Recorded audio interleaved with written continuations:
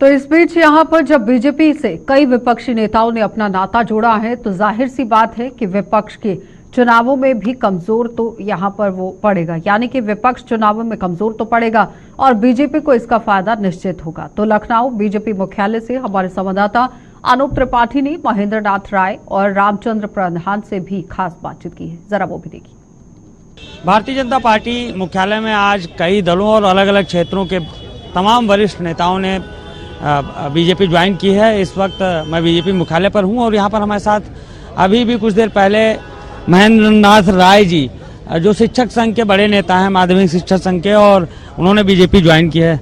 कैसे देखते हैं सर, आप बीजेपी ज्वाइन किए हैं, अब आगे क्या निर्णय होगा आपका?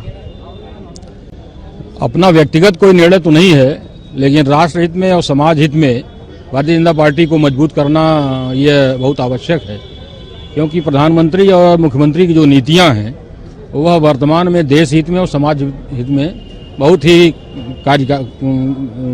मतलब उपयोगी हैं और आगे भविष्य के लिए भी बहुत उपयोगी साबित होंगी। अभी क्या लग रहा है आपको, तमाम दलों के नेता बीजेपी की तरफ ही रुख कर रहे हैं, क्योंकि हम पीएम मोदी की कार्यशैली या उनकी नीतियां कहें या फिर 2024 के चुनाव का जो एक हम कह रहे हैं हवा है, वो किस तरफ जा रही, कैसे देखते हैं आप?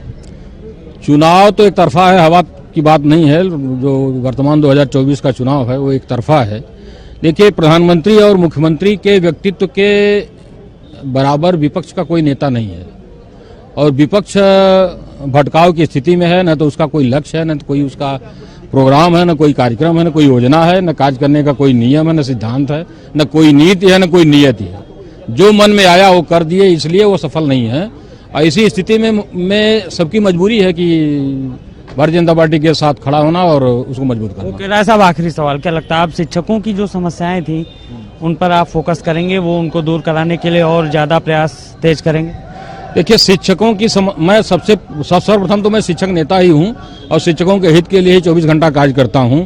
जाके प्रिय राम वैदेही तजिए ताट कोट वैरी सम यद्द परम सनेही। यह शिक्षकों के हित के लिए मुझे किसी के साथ भी लड़ना पड़ेगा तो मैं पुनः भी लड़ने के लिए तैयार रहूंगा। बहुत शुक्रिया राय साहब। हमारे साथ रामचंद्र प्रधान जी हैं। सर, तमाम बड़े नेता शामिल हुए हैं पार्टी में, कैसे देखते हैं, क्या कहेंगे? देखिए, भारतीय जनता पार्टी की सरकार और हमारे इस देश के यशस्वी प्रधानमंत्री आदरणीय मोदी जी से कि जो 10 सालों में, पिछले 10 सालों के जो काम हैं वो बोल रहे हैं और पिछले 10 सालों में देश में गरीब, कमजोर, पिछड़े, दलित आदि तमाम ऐसे छात्रों के लिए, किसानों के लिए, महिलाओं के लिए, गरीबों के लिए तमाम ऐसे काम किए गए जिससे लोग प्रभावित होकर के आज भारतीय जनता पार्टी में और आदरणीय मोदी जी से, आदरणीय योगी जी से प्रभावित होकर आज भारतीय जनता पार्टी ज्वाइन कर रहे हैं। और भारतीय जनता पार्टी, इसमें कोई अतिशयोक्ति नहीं है कि 80 की 80 सीटें भारतीय जनता पार्टी उत्तर प्रदेश में जीतने जा रही है। सर, आखिरी सवाल, अब आचार संहिता का भी आ गया है, नोटिफिकेशन कल जारी हो जाएगी, 3 बजे इलेक्शन कमीशन ऑफ इंडिया की प्रेस कॉन्फ्रेंस है। क्या देखते हैं, यूपी में कोई चुनौती है? कांग्रेस और सपा एक साथ हैं, बसपा अलग है, कहीं त्रिकोणीय मुकाबला तमाम सीटों पर बन रहा है। क्या लगता है 80 का जो मिशन है थोड़ा मुश्किल नहीं है? बिल्कुल मुश्किल नहीं है। पिछली 2019 की बात मैं करता हूँ आपसे। 2019 में भारतीय जनता पार्टी के खिलाफ समाजवादी और बहुजन समाज पार्टी ने मिल के चुनाव लड़ा था।